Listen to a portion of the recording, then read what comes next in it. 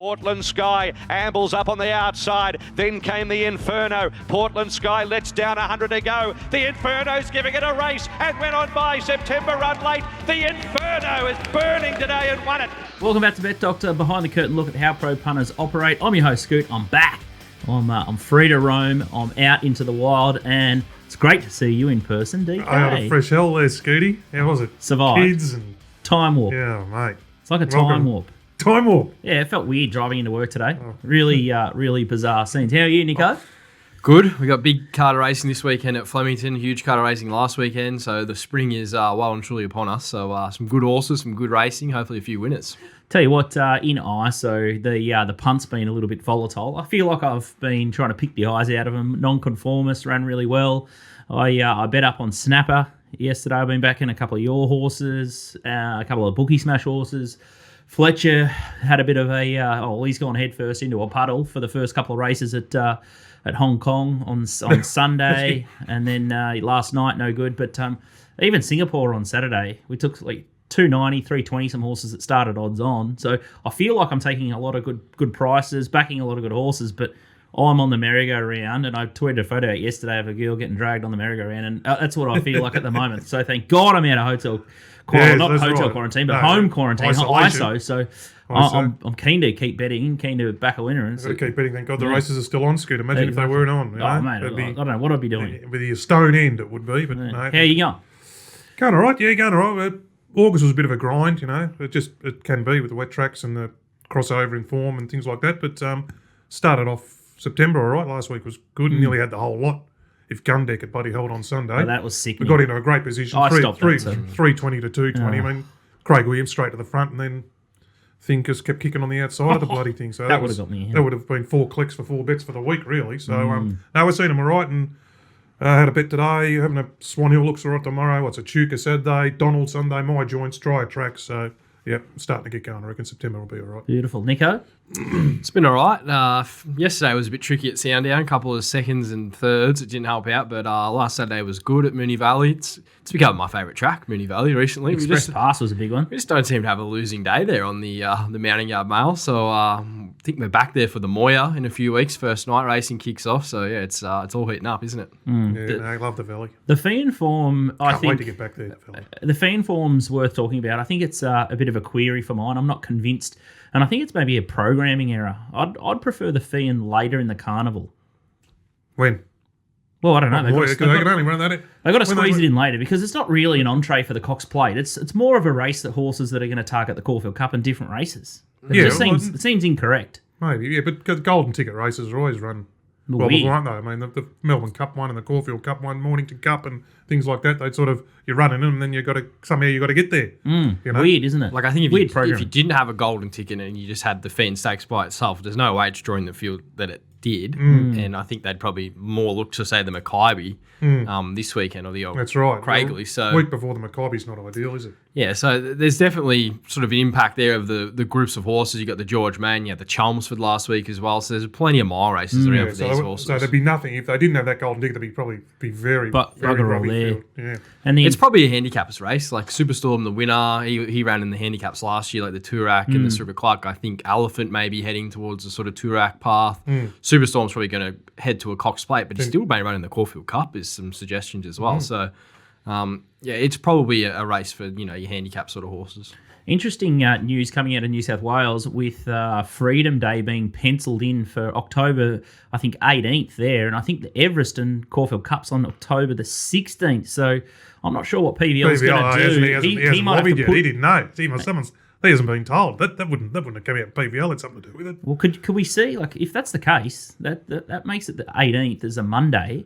Could we see the Everest being run on a Monday for a crowd? It could be pushed back. No, that's what they're terrified. They're terrified about letting people loose on a Friday and stuff. The Vic government's they've got to let loose at one stage. But everyone just goes completely. They let people loose on a Monday. What can they do? They take 4 days to warm up to the next weekend. No. That is, mate. It's government. It's ridiculous, but that's their thing. Oh no, if we just let them go on a Friday or Thursday night, they're going to go completely. Here's a huge play. Boogaloo. They could move it back a week. Then you'd have Cox Plate, Everest, into a grand final. Wow. Potentially. No, grand finals. no, it's already That's done. way early. Sorry, I'm completely off there, punters. I thought the Inferno was That was last year. Grand final day was crossway day last year. That's my bad. the Inferno was a big win, but I don't know if he's Everest capable. No, well, if he keeps improving, and He's going to be hard to beat next start. The Everest is like 6 horses that are probably winning chances, and the others just make up the field. I think he'll make up the field. And it'll probably be 26 old chance, and he'll probably run a place. Like Trekking ran a place in the Everest. He can fly from the back. It's suited to the back markers. I think if I had a slot, and I would say picking those sort of final 4 horses, I would definitely be looking at a horse like the Inferno. I'd probably want to see him another time. His wins in Singapore, like Bigger tracks. you have to watch his wins in Singapore. Like were amazing. Completely forgive the first up run. He was just underdone, chased a speed there, and just dropped Too out. keen. Like he's beat September Run. She ran second in the Lightning last year. She's the Coolmore winner. Yeah. Well, That was a pretty good field. Was it? Well, there's enough there. There's some good horses there. Oh, then Sir Galahad's. There's going to be a lot of winners coming out of that. He's a benchmark 78 horse or something. Sat 3 and 4 wide. The trip got beaten 3 lengths. Like, There was so a funny either he's just There was gone a couple through the roof. There's a couple of tricky runs there. Yeah, Well, I think those horses like him, Fine Day, they were flattered by the slow tempo. Yeah. Right. But so were probably the Inferno and September Run, showing their huge turns of foot. I at a thought it slow was tempo pretty good race. off the slow Yeah. tempo. Yeah. But I was just, I sort of He'll improve out of that, I'd imagine. Yeah. Oh, no doubt. No doubt. And it's interesting, the horses that, same thing with the Rhinoceros yesterday, they say that when they first, like what he did, first time in a new environment, first time at the races in a new environment, the Rhinoceros, what the trainer said yesterday, been keen, overexcited since he got to Australia. First couple of runs, he'd been too keen. That's what I think the Inferno got to the races, first up at Caulfield. I know he was underdone, but very fresh. But then the manners gradually improve and they settle and things like that. Soft hands of the jocks help, like D Lane on it. So, and Rhinoceros did that yesterday. Caulfield got to the front and settled nicely. So, yes, they take a little bit to acclimatise if they come to a new environment, but certainly on the improve. Do we miss the good jockeys yet? I do. No. You don't miss Carr and Mellum and No, I didn't. They went. You haven't missed them yet? No, Carr was always under the Starting to miss odds. them? Carr was always under the odds. Mellum's doesn't go to the country very much. No, D Lane's great. D Lane's just he's the number one for me at the moment. He's just taking all the Metros? rides. I think we'll start to see it. Definitely this weekend, with Brett Preble jumping on Incentivise and sort of those, we saw it in the Memsey. We're definitely seeing it in the Metro for sure. There's been a bigger spread of riders and probably maybe B class, even C class riders. Some of them are riding Saturday class winners at the moment. So not to say that they're at that level and that's where you put them. Like a jockey like Reece McLeod, he doesn't ride at a weight that's going to give him a lot of opportunities. But you see when he gets them, like last Saturday, my numero uno. But he rides for the camps. I mean, exactly. He's loyal to his camps. He's Nick Ryan and Pat Carey, and that's about it. He wouldn't ride a winner outside. The one of that's them. in for a huge spring is Jai McNeil. Yeah, well, and he's spread his wings. But he got me I yesterday think in the Snapper. thing what you'll find is there won't be 10-1 chances winning because they've copped a grouse right off the A grader. That's what sort of Though the top riders are still Williams, D Lane, Ollie is still going to ride those things hard in the market, and they're still going to be as it was, but. Those things are good odds that are going to would have copped pearls off the beat rebels and things like that. Happen. It's not going to happen because they've got the next tier down and they just lack something like that. But but a few jocks getting to go in town on the weekend. Can't deny them that. Fred Kersley, Harry. If Kersley's riding, but he's done particularly well. Like Harry Coffey's got on Explosive Jack this Saturday. Ben Allen's got on Sir Dragon. Like they're 2 opportunities for young riders to stick on those horses for the spring. So it's opened it up huge, really. It's going to be a fascinating Saturday. This Saturday at headquarters, we've got Makybe Diva Stakes Day. The card is scintillating. Ayrton, the boom horse. I got the roll the dice hat on today, but it'd be great to see him resume again or go second up. And we've got Rosehill at Kembla again. So with that hotspot LGA, no racing at Rosehill. So Dan O's going to join us to talk about the Rosehill card at Kembla. Run to the Rose. It's going to start to heat up in Sydney. And then we've got Case on from Hotel Quarantine. So he's still there, is he? He's still in there. He's got 2 more days to go. 2 more days to go. So he's going to preview a race, get his eye back in and provide all he's been able to do, form. So I think he's betting on absolutely everything in there. It gives you a good chance to get your eye back in. Like he's been away. Yeah. And if you want to bunker down and say, right, I've got to catch up and got to get my lock the kids in one half of the hotel. That's right. It's not ideal having the same room, but that's all you can do is watch videos and do some form. 100%. All right, let's have a look at the Bobbie Lewis. Let's get straight into Flemington on Saturday. It's race 7 on the card, and odds courtesy of topsport.com.au. The Bobbie Lewis 1,200 metre race. It's a cracker. Jonker is 460 favourite here. The astrologist, absolute straight track specialist, 550. Away game, 650. Seems to always be back. That horse, the Tory, $7. Express Pass, Nico's horse on the backup. On the backup. Yeah. Splintex, $10. Horse we back before. Rahiran, $12. Serious Suspect, $19. Front Page, 21. Riddle Me That, 26. And you can get much better the rest. We're going to go a little way back, and this may trigger you, DK. This is the Magic Million Sprint, and we're going to have a look at Jonker. I think it was a Fletcher Files tip at the time, and here he is in front in the white colours. This was Magic Millions Day when we were up there, wasn't it? Yeah. And I think Johnny McLeod were we on this? We were on this. Yeah, I think Johnny was when we backed on the day. That's him up the front in it. He just keeps finding this horse. Yeah, he's a tough horse. Puts himself on speed, and he just kept kicking here. The horse charging down the outside in the blue colours is right here, and I actually want to back both these horses in this race. So I just went back to this replay and thought we can probably see them probably both at their best in this replay. I would have thought. Jonker's, like you said, he's an on-speed horse. He's going to put himself right there. There's good speed in this race. I don't think he'll necessarily lead this. I think there could be him and Serious Suspect sort of going at it, but does bring out a big opportunity for this field to probably string out, which you probably not see that much in a straight race. I don't think they'll sit up. And given that Jonker, he's just a new horse since he went to Tony Golan. Had a lot of ability early days, but since Golan's got a hold of him, I think he's had 6 or 7 starts there. He's run in the top 3 in all of them. Ran a huge race in a couple of Group 1s. Sort of in the Queensland Carnival. He's come back. I thought his trial was just grouse behind. Nice way to prep up chasing home Rothfire in a trial, the way Rothfire trials. I thought he trialled better than Rothfire, the way he sort of took ground off him there late. I think this has been a bit of a set play. He's a good fresh horse. You look at his sort of record, the way Golden trains, it seems like, that Kingsford Smith, they had him fresh for that. They had him fresh for the Galaxy. That seems like when this horse does his best work. D-Lane goes aboard, huge tick there. Trial was grouse. 460, I think you could mark him shorter than that. And the other horse I want to back through here, and he's unbeaten first up. Godolphin fresh. The trial I wouldn't read too much into. His trial, he sat out the back, and some punters would be thinking, he hasn't done much, but he gets trials like that all the time. So you don't read too much into that. The fresh record says it all there. Godolphin's back. Ollie's back. He'll be charging late. He has a huge turn of foot, this horse. He can come home sort of plus 15 on the punting form sort of data, that last 600. So if they do sit up in this straight race, his weapon turn of foot will bring him into the race. And then if they go quick, I think Jonker will just keep kicking. So I'm happy to back them both. I thought Rohirrim, you could make a serious case he should be single figures, and Jonker definitely deserves to be favourite. Outside of them, Zatori's a Newmarket winner here. Carried a big weight there to win the Newmarket. He's got a big weight here again. Like, he's got to give Jonker, 3.5 kilos, and then a lot of them, nearly 6.5 kilos down the bottom of the weights. But he's a class act. You could probably have something on him as well. But yeah, Jonker and Rohirrim, on a day where you could just pick out probably 3 morals, Ed and Artorias, all the shorties, Ingratiating, they'll probably all win. I thought this was a race where you could probably just back a few and hopefully get a result at a bit of a price. A couple of good horses here, Splintex and Front Page. It's going to be a fascinating contest, and be interesting to see what the market does with Away Game also. One that jumped out very well at a huge price is Be Good to Your Mother. They've been teaching him to settle, got back in his jump outs and charged the line. For an $81 chance, he won't run to his SP here. I think he'll run much better. D. Bowman. Yeah. Friend of the show. And his horses are going all right. Outstanding. All right, so a tricky little Bobbie Lewis. Let's have a look at the main course here, the Makybe Diva Stakes. Odds courtesy of TopSport and incentivised. This is puzzling for me. 1,600 metres, this horse, incentivised. 420 into 390. Looks bulk unders to me. I might get egg all over my face here. Tofane is 480. Moanga, $5. That's one of DK and mine. Inspirational Girl, $8. Aeon, $9. What is it? Keli Natik, $12. Colette, $17.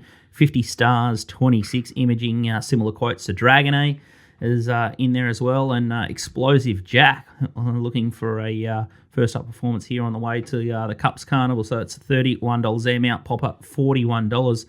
I thought he was okay last start at the big quote, and there was money for him first up last time. But Nico, which replay are we going to have a look at here? Going to look at the Memsey, I think, from memory. This was Caulfield, 1,400 metres. You got Tofane just getting off Behemoth's back there in the yellow cap. Behind her is Inspirational Girl in the pink, and behind her is Aegon, and then Colette in the blue. So key form reference. I think the back markers were probably not suited in this race, and I think that they're probably more in play in a race like the Makybe Diva out to 1,600 metres.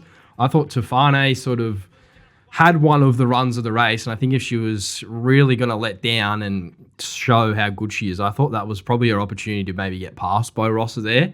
I'm not certain she'll run 1,600. I'd be sort of happy to be against her. I thought the horse to take out the race was Inspirational Girl. She had a fair break leading to that. She hadn't run since the Kingston Town. Her win the Railway was dominant. She's going to find a firm track or a good track there at Flemington on Saturday, similar to what she'll see in Perth. I think she can map a lot closer from the draw, and she should just improve probably the most out of that Memsey.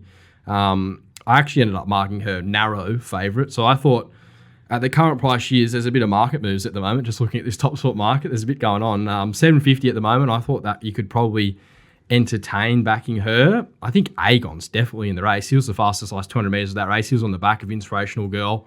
He's going to be strong weight here, gets a good run on the map. Colette mustn't have been far behind him with the last 200. Colette was the fastest last 200 metres of that race. She could roll right forward. I thought she was over the odds as well. Yeah, She's $17. Yeah, sort of run I want to see from a horse coming first up into the spring. I had her 11s. Incentivise, we were talking about before. I've talked about it on a few other shows on the racing show we did earlier. Look, you could mark him $3 here, or you could mark him 20s. Like, that's the sort of angle you could take with this horse. You could just say he's the next best thing in racing and he's too good for him. Or you could come out and say he's beat nothing. He's going to be a 2,400 metre horse. They're aiming at the cups. You can't back him to win here. I don't know which narrative you take. Just to explain that, this is a thing when we learned to do pricing at Mark Reed. So what Nico's talking about, if you give it its best, if you think it's going to do its best first up, it's 3 to 1. Or its best, you mark it 3s. If you think it's going to do what we call a step off, which is say 2 to 3 links off, which is leading up to its best in a run or two, then it's double figures chance. So that's the difference between the links and pricing and things like that. So yeah, that's what he's talking about. This market's just got me absolutely bamboozled. We're talking about a horse that went from maiden to a wobbly sort of Group 3 race. Benchmark 70 Ipswich. It didn't even run in the Ipswich Cup that day. I just could not back this with stolen money at the 390 incentivised. There's just no way I could take. I think the market's reacting early to how good he could be. No. Who was Trev aligning with? Sveno Fighter, was it? Yeah, something like Sveno Fighter. So Sveno Fighter, because I'd have made it was in the ownership of Sveno Fighter. I think he may have won the Ipswich Cup. Yeah. And then he followed a very similar prep where he ran Ipswich Cups. He won the Caloundra, came back. I think he ran second in this race to Pompey Ruler. And then he went on to win the Turnbull and ran favourite in the. I think he started favourite in the Caulfield Cup. He did $5 favourite, I remember it. So the prep can work. And you can come here and elevate off that. That's probably what you'd learn from that. But he's up against some serious horses here. Where he's at, I thought the trial was quite sound. He sort of finished 5th there. Sir Dragonet beat him home, but yeah, I don't know if I could part with my cash at sort of $3.90 unless he just come out and paraded the outstanding. But from a price point, to take $5 about Mo'unga, he's knocked off Very Elegant. There's an argument to say he might have just bottomed out for his last sort of 50 or 100. Looking at punting form, I see he's pretty slow there late. So if this is his grand final day, it'd be interesting to hear Annabelle Neesham's thoughts here. He's a stallion. This is going to be a big carrot for him to win this. We're talking about incentivisers going for a Caulfield Cup and on the Cups path versus a 4-year-old Entire who's just won a Group 1 against Very Elegant. She's arguably the best sort of middle distance horse in benchmark. She's the benchmark. She's the benchmark, and then all of a sudden he's got that race under his belt, and here he is for $5 at a better price. I'd be staggered if they don't change price. Those two horses. Yeah. I think Mo'unga will run favourite here. I think there's a huge chance the syndicates could have a look at Incentivise. Like they love a picket fence. They love a picket fence. Off the picket fence, he's got huge numbers. Like his numbers are enormous. As we heard Dan O'Sullivan talking a few weeks ago about the figures and data that this horse has produced. And there's every chance he could find the front here. So well, they love that too. There's no speed in this race. There's a chance it could be the gut feel manual form analysts versus the models. Yeah, the robots. It's a good contest. The robots. All right, what are you going to do? First up, I'll go with manual. First up, always. First up's your chance to get them beat. Yeah. Those things. If they're going to get beat, it's first up. You saw Artorias first up. If you're going to get them beat, it's first up. I reckon it's you lay it each way. Just go for the absolute. Like those things, like Masked Crusader and Ayrton. They're like the chance to get them beat was first up. Now they were out the back from whitish draws, but just massive turns of foot got them home. But they had to do it. Now, if they were 5 or 10% off, they wouldn't have won. You know, so your chance of getting beats first up. If you're going to take them on, I'll be taking them on first up. It's a great race. There's plenty of talking points, and I think if you find the winner that's sort of outside the market there, you're going to be well rewarded. But I've heard of a lot of different commentary on who people are marking favourite in that. There's a lot of people, Team Mwanga. There's a lot of people in Tafane's camp saying she'll run a mile. So. The boys last night were tipping on the contenders. Were tipping the Japanese horse. But yeah, exactly. He was charging to the line behind. Good trainer, Matt Smith. Behind Mwanga in the Wink Stakes. I don't know if the Wink Stakes is the right form line this year. I thought that was him and She's Ideal charging home late. I got a little bit of a pox on it, but Mwanga's probably the one that will prove the most out of that race. But yeah, fascinating to see Explosive Jack, and I thought Mount Popper was pretty good. If you go back and do the replay of the Wink Stakes, if you like Mwanga, Mount Popper might run a place. He's a Caulfield Cup horse, is he? Yeah, probably. So Dragon A will run well here. There's a lot of nice clean. Here's horses like Explosive Jack, Mount Popper, 50. The horses you want to see. They'll be having nice hitting the line for their runs in 2 or 3 times. A lot of these horses have got better credentials than... I know he's got the picket fence, but these horses are huge prices of the place. I'd rather back all those horses the place before I started to back anything each way on the favourite. So could be a falsie. Bookies might be trying to pull everyone's pants down and have put up the wrong favourite here, I think. We'll see. Well, they do it all the time. The sports bets and the TABs. They're trying to suck everyone in, the big flashy horse. Well, we can see with our stuff. If you drop some money in the early market, it's just they just keep turning them off. Just keep turning them off and don't turn them back out till they either get an inkling that others are going to be backed or stuff like that. So, be wary of those. That's what they did. They went up like 650 and then he was bang straight in, and they've gone, oh, okay. Well, now we're really starting to wind him in, and like he's 390 now at TopSport. I wouldn't be surprised if he got shorter before Saturday, and then the market will really work itself out. That's it. Outstanding stuff. All right, there's a look at a couple of the big races, and if you want to investigate puntingform.com.au, that's the form guide that we all use and trust. So you get all the benchmarks and the sectional splits. I can't bet without it. I've been betting with it for about 4 or 5 years. DK loves it. Nico is all over it. So we blend that in, and it helps us confirm what we see with our eyes, because your eyes sometimes lie. So make sure you head all the time. Yeah, that rhinoceros race at Sale, I was saying to my mate yesterday. The dead set got me. I did the videos the day after and said, slow pace, got out sprinted by that Sharper, just the leader out sprinted it. And they went quick. There was double pressure, like they went flat out. Like, it's just, but the sectional, I needed the sectionals to tell me that. That's, anyway. Puntingform.com.au. All right, we'll take a break and we'll talk to Casey McCutcheon. Welcome back to Bet Doctor, behind the curtain look at how pro punters operate. I'm your host Scoot. We've got DK here and Nico Noonan. And it's time to check in on a friend of the show who's flown over to the UK and had a bit of a holiday back over there. And now he's found his way into Sydney Hotel Quarantine, and it's Mintbet. It's captain of the VIX. It's William Wallace. It's Casey McCutcheon. I tell you what, the first question off the bat, Case, how are you in Hotel Q? But I think you cook, brother. What's going on with the melon? Nuttier than squirrel shit, mate. Two flights around the world with a baby and a kid. 24 days and counting of quarantine with the same people. 5 months of living with the in-laws who are POMs. I might have flicked Braveheart. Of all the fresh hells he's been through it, that's peak fresh hell. Absolute. Hotel Q would be easier than the in-laws, wouldn't it, Case? Line ball, mate. Line ball. Both of them have their ups and their downs, but we've made it through, and we've gotten back to Melbourne in springtime to bet at HQ on Saturday. So, mate, I'm up for the battle. Mate, you're a superstar. What have you got any punting stories, or did you have a fill up over there? Yeah, you made use of all the good carnivals over in the UK. Have you got a bad beat or an absolute fill up? Well, yeah, I can't go past the satisfaction of laying the POMs in the Euros, sitting there for a month, watching their hopes go up and up and up and up. Sitting there, I didn't say anything. I wasn't saying anything. I was pretending I was like, happy for them. And then watching their hearts get broken in the final on penalties to Italy, who I'd backed at the start of the tournament. I mean, that is sweet cash, that. That's outstanding stuff. It's a great time to be in the UK for their summer of sport. How good. You just wouldn't everywhere else in the world except for Australia. What was it like over there, mate? And live betting in play, just with the click of a mouse. You don't have to ring up. None of the draconian rules that were here in the penal colony. So, my VPN got a rest. I bet it. It was the Rona over there, mate. It's all. Did you get it? Have you got it? Have you had it? Do you want it? Mate, about a million tests. We weren't going out of our way to get it. I avoided the crowds, but haven't had it. It was all around us. It was surrounding us, like the English Army. But no, never got it. The sport, like you say, DK, was just a plethora. It was a smorgasbord. It just never stopped. So I was enjoying that. Didn't have to do much except sit at home, punt, watch sport. So. And, learned to love the warm ale. So I didn't have a bad time. It was a good time with the family and a great time for sport lovers. Jesus Christ. I don't know how your left eye's going there, but that blue paint is so deep into your socket. You're going to take an hour and a half to get out of makeup. Oil-based, mate, oil-based. So this is not going to come off easy. So I hope you enjoyed it. But the double crunch singers, I suppose, were the other highlight. I thought I was short price favourite to come back looking like Mick McGuire after discovering these things. They are the ultimate chip. I know JW covered it, but I tried to bring them back for you, mate, but they just punctured en route and had to polish them off. So had sorry to about demolish.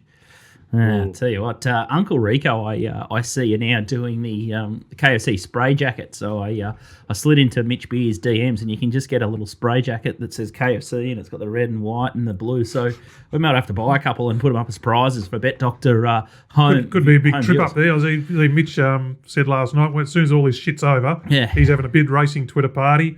Get up there. He's going. It's BYO. Jay Walter said, who'll do the catering? I mean, there's only one answer there. The Colonel. The Colonel will be doing the catering. So, anyway, there could be a chance. Get on the bus and get up to fucking Albury for a bit of fun. I tell you what, I'd love to see a stream at Albury Gold Cup, and I'd love to see you out on the tear on the Friday night at Albury. Albury goes really good on the drink. Commercial club, I think it is there. A lot of footy clubs do their footy trips in Albury. It's I went to high school there, and tell you what, anything goes in Albury. There's another chance for the little birdie. Yeah, so that's definitely on the cards. Case, all right, we'll see how much homework you've been doing in Hotel Q, and we'll see if you've caught up with your tapes. And let's have a look at race 2, the Exford Plate, and odds courtesy of TopSport on the screen now. And it's Artorius evens into $1.85 there, and Lightsabers $6.50. Halal, who's had the pipe opener at Moonee Valley, $7.50. His exceptional $12. Tutakaka, 13. Frontman 17. He'll come out front man. He's running today at Mornington. They were weighing up, I'd say, and then but they're going to run today's odds on favourite in Maiden there. Hard to beat. Villana is $19. Daily Bugle, I know a few blokes that get into this, $21. Mr. Mozart, 21, and Blushing Tycoon, $31. Got you there, DK. All right, let's have a look at. I don't know how they get these names through. Let's have a look at Halal in the Champagne Stakes. We'll have a look at its last 400. Case. All right, yeah, we're looking for the red and the Emirates. blue. Every heart beating true here, and this is the Champagne Group 1 for 2-year-olds. So this is a Guineas Path race, and if you just see that red and the blue flashing down the middle of the track, this is what I'll be watching for on Saturday. He might not be his day Saturday, but he's on his route. He's on his pathway to the Guineas, and this is the Hawks. This is the Hawks horse for the Guineas. He's $26. Gets home like a train here. Just misses beating one. They smash the others. They've won 2 of the last 5 Hawks. They know how to get horses to this race. He's following the same path as Ollie Kirk, as Divine Prophet. So he's the one I want to keep an eye on. I said Saturday might not be the day. He's $7 or $8, but he might be the place bet. But $26 still for the Guineas. And if he's taking ground off Artorius or matching motors with him, going past Lightsaber, then that price won't last. It's really interesting that all that Port Louis form and all of that race that I just saw, Converge, and that mile that I just saw there. I know it's going to pop up in the Run to the Rose form, and it's great that you've called up that replay case. You've started to get my juices flowing. I know yours are already, but DK, that action there on that horse, I think he nearly wants further than a mile. He could be a Derby horse, this horse. Do you think? But it's interesting they're putting the blinkers on him. This is fascinating, this horse. I think they would have liked to have, maybe if they're going to do it, save the blinkers for a grand final. Are they trying to, I don't know, first, what do you make of his first up run? I think they're putting the blinkers on because of the first up run. That's what I'm thinking. It was a bit dour in that race. It looked like they went sort of hard to the 1,000 or the 800 metre mark and then backed it off a bit, and he was just left that wouldn't having suit to a make horse a like long, sustained run. That doesn't suit a lot of the horses. He did look dour first up, and that replay we saw was over a mile. So 1,600, 2,000 metres. He looked like he's going on. What do you reckon? And the other thing is he's bloody dual accepted. I mean, typical Hawks, he's in the whatever the brace up in Theo Sydney, Marks. the Theo Marks or whatever. They've showed their hand, haven't they? Bringing down Master Crusader to Melbourne. I think Why do they do that? anything like that, I think they're going to come to Melbourne with things like that. Yeah, no, but he does. The way he found the line there is good. But the blinkers might sharpen him up. But he's going to have a task beating Artorias there on That's the a weekend. key Guineas lead up, like the Exford Plate. You got Artorias, who's a current favourite. Lightsaber won the VRC size produce here in Victoria, and then went to the Champagne, and I think he went to the Sydney size, and he SP'd $8 against Animo. So, and Halal was in that race as well. So he's going to be up on speed. It's a fascinating race. So I think Artorias at $1.80. There's enough there in sort of Lightsaber and Halal to suggest if they bring their best, they can match motors with him. So I think $1.80. Look, punters are going to say he's an absolute moral, when he probably could be, but $1.80 with the horses of the talent around him. Look, I don't think it's a fairly generous price or anything like that. I wouldn't be steaming in for sure. DK? I saw one down the market there. That, he's a proper horse. I'd be very surprised if it doesn't run well as Valana. Have you done that? I know it's stepping up from the maiden, but Ollie wanted. It's come out of the two best maidens we've seen in Victoria. Exactly, recently. and he'll get cover from barrier 2. That'll box C, which will give it a better turn of foot. Like Ollie said, Cummings wanted him to take a sit at Sandown the other day, but Ollie went to said, I'll barrier 13. I'll just keep rolling and roll to the front, knowing the race. It'll go even better when it gets cover. It can settle and finish off as it did when it savaged the line of Bendigo. So You can tie him in too. Like Frontman, he beat that day just. Frontman had form around Lightsaber early days as well. yeah, so that's right. Sometimes it it can be. I mean, there can be a standout like Arturia, Shorty, and then there's not much between the rest. You know, and that horse on the up, third up, low draw. I like it, so I reckon it won't let you down. Let's have a look at Artorias first up in the McNeil. In case you can give us your thoughts here. Well, there's still some punters on the floor from this McNeil Horror Show. I would suggest just didn't quite catch the leader here, but swung around, 6 or 7 wide, just was going. The last 800 metres sectionals are supreme. So I don't know if that qualifies as a bit of a tip out, DK and Nico, but he's definitely had a good run. And he was in front of bound after the line here, to the chagrin of the people who backed him. But it just showed that this Blue Diamond winner's back and means business for the Guineas. He's never seen 1,600 metres, but shows all the signs of enjoying it. And I think we can expect a pretty similar run on Saturday. He's going to be back in the last couple of pairs, just smoking a big pipe, blinkers on, gets a nice firm track. What's going to stop him? The only thing that might stop him is if Lightsaber just pinches a margin like was it Brockhorst did that day a couple of weeks ago. I like the way he picked himself up. He copped a bit of a bump. I think it was Mr. Mozart there on the bend, and he still just savaged the line off that. Relative to the day, they weren't that strong. Right. But relative to the race, he was quite. He couldn't have done much more to the naked eye there. Like, I know the eye can be deceiving, but he couldn't do any more than he did. I think the fascinating thing coming into Saturday with Artorias, if you go back and watch all these replays, like 9 times out of 10, he comes off the bit like 800 metres out and he's scrubbed along, did the same thing in the slipper. Like, he looked absolutely gone at the 600 metre mark and really charges the line. He did it like a similar thing there in the McNeil, but maybe you can put that down to the 1,200 metres. Out to 14 in a genuine run race. I want to see him really just travel. Big track. Travel into the race. If he's off the bit and having to be scrubbed along, I don't think it's a great sign because it just shows how immature he is for mine. He might just want ground. That's the other thing. That's the counterbalance. He might want just the ground. 1,200 is too sharp and he's getting run off his legs. Yeah. So I think at 14, if he can travel and just ease into the race, it's going to be a pretty watch. But if he doesn't, so this will be there's last some rectifying issues. This is the lead up. The no more run before the Guineas, is there? I think he'd have another. Would he? Okay. He was third up. He peaked last prep. His peak run was the third up run. It was off a month break, so I think they'll go into the Guineas off this, and this will be his tip out run. So I think he'll leave nothing on the table on Saturday. This race day last year was I think Shabao was a moral, Arcadia Queen, Russian Camelot, Windstorm, and they all went down. So just tread a little warily, punters, but. Wouldn't talk you out of Artorias. Lightsaber's probably the value, and then get the halal price for the Guineas just for something, just in case he puts the jets on. Ingratiating is in race 3 in the Poseidon. Ayrton, gee, Case has nailed it. It's just deja vu from last year, isn't it?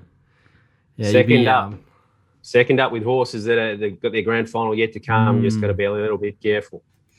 It'd be fascinating to see how the day unfolds. Now, Case, when are we getting back to the picnics? That's the big question on this table right now. Oh, mate, absolutely. I can't wait to see you back at Alexandra there, Nico. Cox Plate Day is the day that, we're targeting for Moonee Valley. I don't know if that means Alexandra Day will be on. I wouldn't be upset if it doesn't because that means I can go to the Cox Plate. But November, mate. Let's hope it's in November for all those people that can't make it to the city tracks. You got Healesville Derby Day. You got Mansfield Cup Day. You got Balnarring on Stakes Day is an absolute corker. So just keep an eye on your calendar, punters, because the picnics are coming back.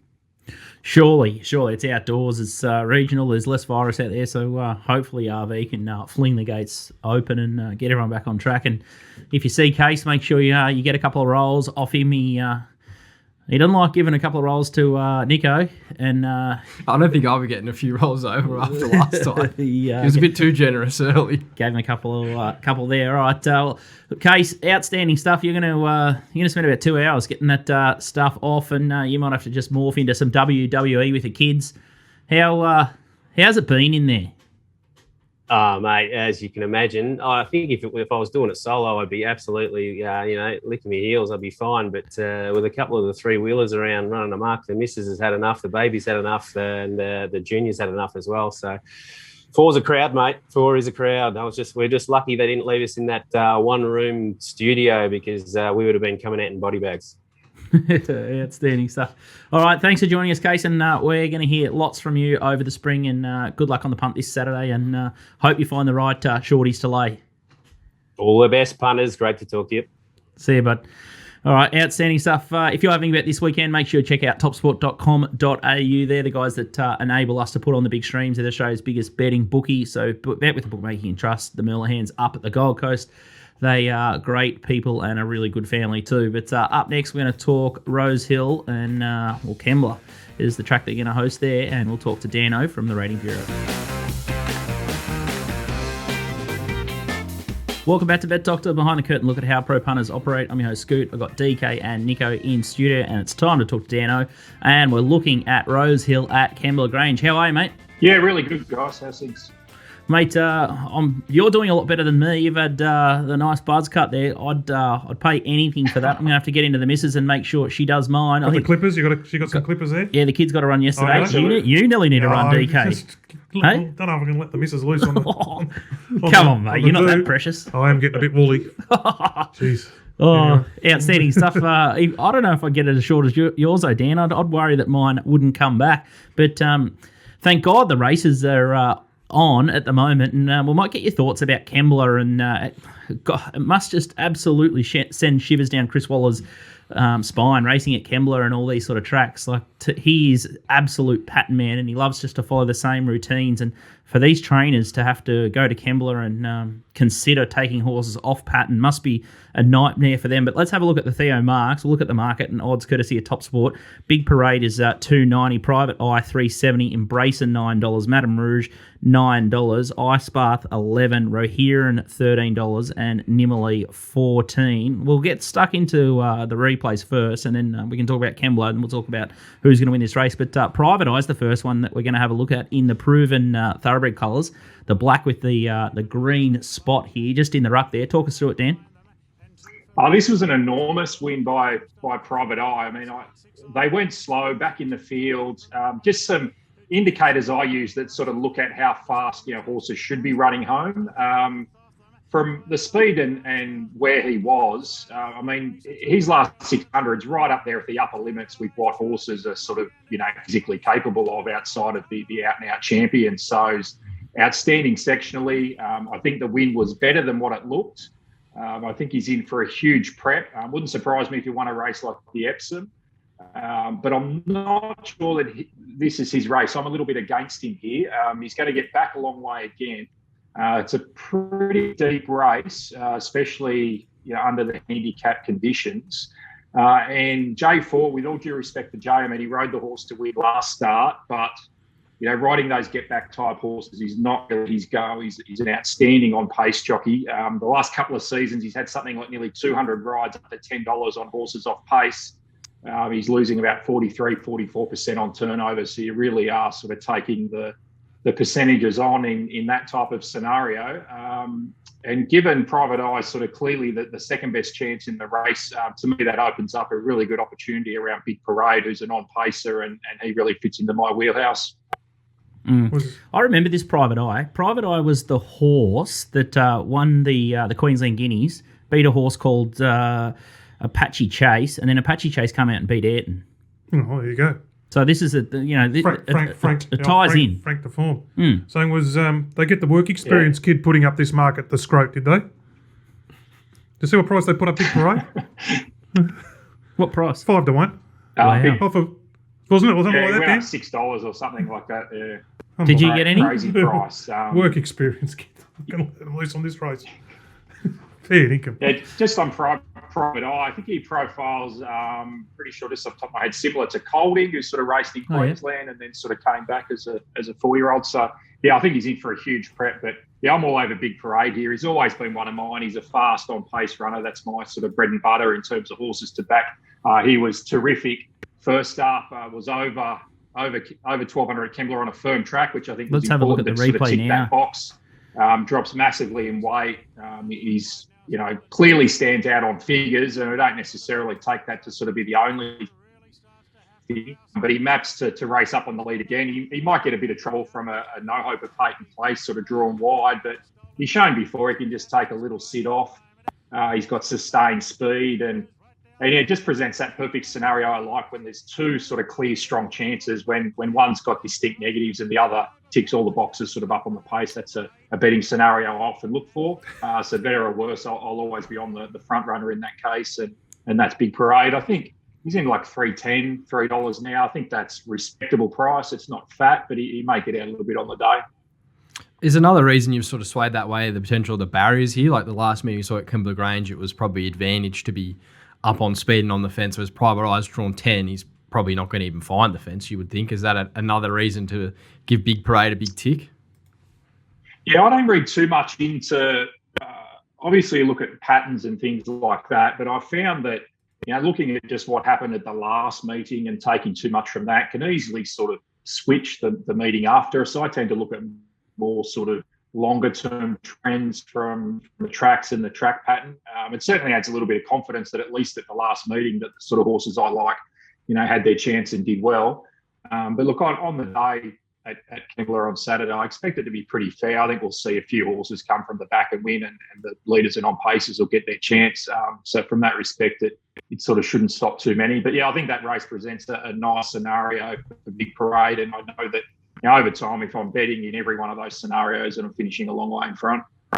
I think Dan's given us a little double scoop there. He's given us Big Parade, who's going to be the likely winner, and then he's given us a horse to follow, Private Eye. So we get 2 bites of the cherry. So very generous of you, Daniel, to point that out. And I think you're going to lean the right way too. I think, definitely Big Parade's the horse I want to be on this start. And then Private Eye, once it gets out to a mile, it's definitely going to be in the mix. I can remember this horse. It's a big win up in Queensland. So definitely one to follow there.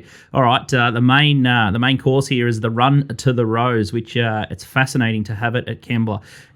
Anamo's been the one that they've backed here, $3 into $2.60 at topsport.com.au, and Converge was a barnstorming win last time in the JJ Atkins, $5.50, Remark $5.50, Stay Inside at $7.50, in the Congo $9.50, Home Affairs $13, Captivant is $16, and Giannis is at $34, and much better the rest. The first horse we're going to have a look at is Animo in its barrier trial, and G-Tra wins the trial, and this was unbelievable work from Animo out wide here. Yeah, look, he obviously set up his credentials as a 2-year-old. He profiles as one of those horses that could come back and be an elite 3-year-old. On my figures, he improved sort of deeper into his prep, culminating in that big peak when he bolted in the sires. So, look, everything about him says he's going to come back and be a major player at the top level there. I'm not sure I can dive into the 240, 250, 260, though. This is a pretty hot race. It's a deep race. Trials are one thing, races are another. We know that. And, the way I look at these sort of things is when I see 250, I think, is this would this be in the top 5 scenarios that you want to take 250 about? And to me, that's not the case. So I certainly don't want to pop the horse because he is potentially an elite 3-year-old this season. But yeah, I can easily sort of work around him at that price. Do any of those scenarios, just a side question there, Dan. We all love the coffin here. We love the coffin, the box seat. Is 250 in the box seat in those top 5 scenarios, is it? To take 250? Oh, just in general. Yeah, personally, I don't mind it because I'm looking to sort of back horses that are sort of up on the pace or somewhere near there. Too many pairs back there. There's sort of no problem, but we always remember the times you get sort of locked in the coffin. But yeah, I'm not taking sort of price about any horse that maps sort of in the second half of the field, or midfield at best. So. I mean, this race is really not a prime betting race. There's so much uncertainty around it, around Animo, around Converge, who I think could be anything this preparation. He was another horse that got better with racing. As a 2-year-old, his JJ Atkins win was outstanding. His trial was outstanding. He's by Frankel, and the progeny of Frankel, a really interesting angle here. The ones we've seen in Australia, every single one of them that raced as a 2-year-old came back better as a 3-year-old. Whatever level they were at, they all improved the number of rating points. And if Converge does that off of what we saw here in Brisbane, I mean, he could just about win anything this preparation. So he's a horse I'm really excited about for this spring. And I think that he's at least a more realistic price in the market, around that $5.50. I think that's, if you're really desperate to have a bet in the race, he's a horse I could speculate on. He's going to map sort of probably forward of midfield. I think they won't be sort of too positive on him. They want to sit off, but he's going to map forward and midfield. In his trial, he showed a terrific turn of foot to race away from some pretty established horses like Discharged and Shout the Bar, who were fully under the pump, and he just put a space in them. So I think he's set to return enormous. So he's another horse. So he's a horse that could sort of take some interest in here. The other two at big odds are probably In the Congo and Captivant that came out of the San Domenico. They've got the benefit of the run under their belt. They map perfectly. In the Congo looks like he's going to lead. Captivant will sit behind. That was the scenario we saw in the San Domenico. And while they both need to improve a little bit, it's not impossible that they could with the benefit of that first up run. And if one or two of these are just sort of a little bit off their game, then they could be well positioned in the straight to sort of make their presence felt and perhaps do something at bigger odds. This is a fascinating, mouth-watering race. Any thoughts here, Nico? Yeah, it's an interesting contest, isn't it? Like, Stay Inside, I know Animo got a long way back in a slipper, but Stay Inside was very good there. He was pretty plain first up. My question mark with Animo would be, he's being set for a Caulfield Guineas. Converge is probably on a similar path and potentially towards a Cox Plate. We know Gay's not sort of shy to throw those 3-year-olds in the deep end there either. So for mine, I think Saturday will tell you a lot. I think Animo is the best 3-year-old we have currently in Australia. I think he'll progress from his 2-year-old campaign. If Dan's saying he's probably one of the better 2-year-olds we got, I think he'll go on with that. Whether that means you want to be diving in at $2.60 off one trial, first up over 1,200 metres on a track where, we saw a few weeks ago was hard to make ground. was good, and now those horses have got that fitness edge over him. And yeah, I don't really say this often, but I'm not sure if I'm going to have a bet in this race. I'd rather watch. I love betting. I think it will be a race, and Dan might probably agree with this, that you come out Monday and you look at all the figures and the data, and it'll give you a very clear picture for the rest of the spring. Yeah, watch and learn. Yeah, I think that's 100% right. I mean, as we said, we like to bet as much as we can. You don't have to bet in every race. And because one of the things I look at is just the level of uncertainty and clarity in a race. And I mean, this is just, question marks all over it, from Animo to Stay Inside. First up was, as Nico said, pretty plain. He did use a lot of energy sort of trying to get himself into the race and then peak. So maybe there's a tiny excuse there. This run will obviously tell us where he is. Remark is still the untapped sort of X factor in the race. Personally, I'm against him. I'm never going to find a horse that's there all on sort of more hype at this stage than actual performances, and he's probably going to be back near last in the run. So if he can go back to last and run a field like this down, then sort of fair play to him. But he's obviously another unknown in the race. We've got a horse like In the Congo who's improving. There's just queries all over the race. So it is a race I definitely want to watch. I'll be really looking forward to assessing the figures and the performances. And it's going to tell us a lot for the Golden Rose, which will be a big target race for all of these horses. And then from there, looking at, Caulfield Guineas and perhaps for some like Converge even beyond that. So that's a hard thing with this time of year. Like we saw with Artorias when we were talking about with Case before, like if you want to dive into these sort of horses, he was sort of 280, that similar price. And just like you saw, the intent there wasn't exactly there first up, was it? They went It's back, never going to be. charged the line. If you want to be sort of diving in, I imagine the intent with Animo is going to be similar. And if he's good enough, he's good enough. But at $2.60, That's right. It's a like, short price to find out. That's what we've seen it all 2 weeks ago at Caulfield. They're good enough, Ayrton and Mars Crusader, they'll win.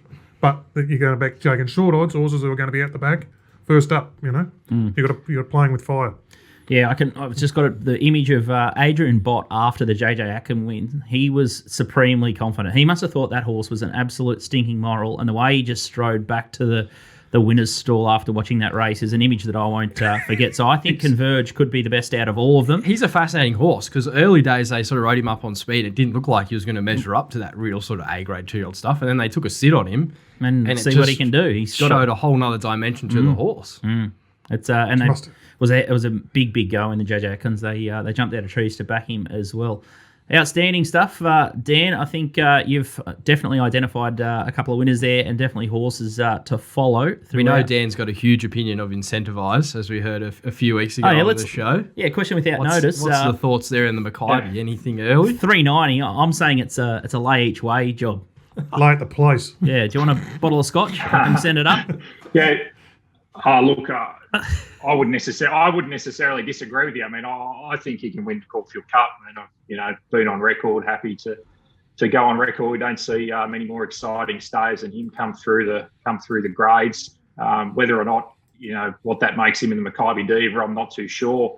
I know he still has a bit of work to do to get into the Caulfield Cup, so I assume he's going to be reasonably forward to run a good race. But similar sort of thing, we're talking about the run to the Rose. One of the things I ask when you're querying about whether to take a price is to say, is this price or is this scenario in the top 10 scenarios I want to bet, for that sort of price? Are there better $2.50, $3.90 shots around that I can find, most days of the week? And if the question's yes, then it's probably best to stay out. And that's probably the case with the Makybe Diva as well. Down to Melbourne, new trainer, probably want to see what he does first, and then hopefully he does something positive, and we can keep up the hype train on him. Outstanding. Yeah, good way to think too, because DK might have a $3.90 winner for us at Swan Hill against absolutely nothing. They pay the same. They all pay the same. And I was just saying, just on the watch and look, I'd mark one race every day, W and L, watch and learn. Yeah. This is a watch and race, learn and benefit going forward from what you learn out of this race with SPs and the performances. So there's so much racing, it's easy to let one go. Exactly. All right. Thanks for joining us, Dan. Absolutely fantastic insight yet again. No worries, guys. Best of luck. That was Daniel O'Sullivan from the Rating Bureau. Make sure you check out his website, and he's all over Twitter. He's a absolute genius, so make sure you follow his work. Hopefully we can get him on a stream one day soon with his men. They are very astute judges, that's for sure. Let's have a look at the TopSport big bets.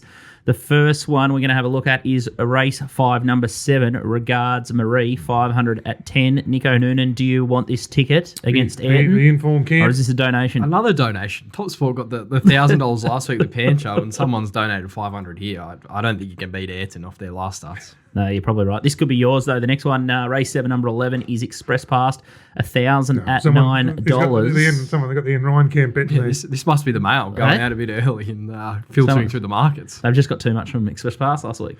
Just overall, you should see stats in Ryan, just massive. Imagine some N Ryan punter out there who probably backs everything from the stable. Imagine if you took the multi My Numero Uno into Express Pass. I think it was like nearly 300 to 1. There's someone out there would have taken it. I will say, I know you love S Wild and all this sort of stuff. If the next horse if I get another horse, it'll go to N Ryan.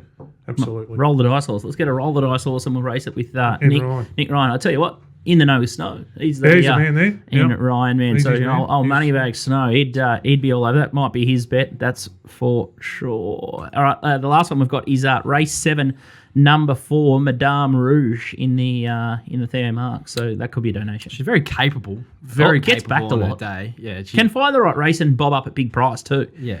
Good whether horse. she can match motors with a horse like Private Eye from the back of the field, not sure. But she, on her day, like her run in I think it's through Clark last year or the year before was enormous. I don't know if she's at her best at the moment, but she is a capable horse. And at the price, I can see why punters would be sort of leading her way. And I think a bit of mail coming through as well. We're hearing in the same race to Theo Marks. I think he's going to be going there instead of Flemington. So double acceptance. What do you do? Outstanding. All right, it's going to be fascinating stuff on Saturday. Nico will have your Metro Mounting Yard mails. So if you want his sets, it's $11 a meeting, $22 a week, and you can get a special price for the rest of the year, including December. I think it's $288. So you get a good discount there. DK, he's up and about. He's got some provincial grouse for coming up over the next couple of days. So if you haven't jumped on board, make sure you check them out as well. But that's a wrap from us. We've got the sports show also. If you want to have a look at the prelims and the Rugby League Week 1 finals, I think they might start to run it a little bit straight in the AFL and NRL at the moment, and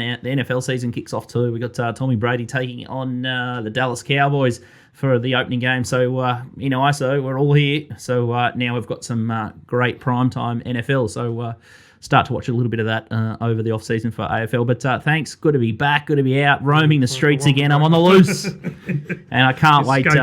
Can't wait for this weekend. And as DK just said, watch and learn. I think we're going to answer a lot of questions at Kembla and Flemington, and you should be able to figure out which horses are going to certain different places. And one of mine's in the Let's Elope, actually, Butter Chicken. Butter Chicken, yeah. G Big. Yeah, I had something small on all it. The troll groupies are all over it. Yeah. If you go back last prep, she was a really good run on her last start. So hopefully, if she comes out and wins the Let's Elope, hopefully they go back to the Caulfield Cup, because I think I've backed her in the wrong race. But anyway, that's a wrap from us. Can't wait to chat to you next week, and we'll go through all the wash up and preview the next couple of good races next week. Big thanks to TopSport and Punting Form. We're out.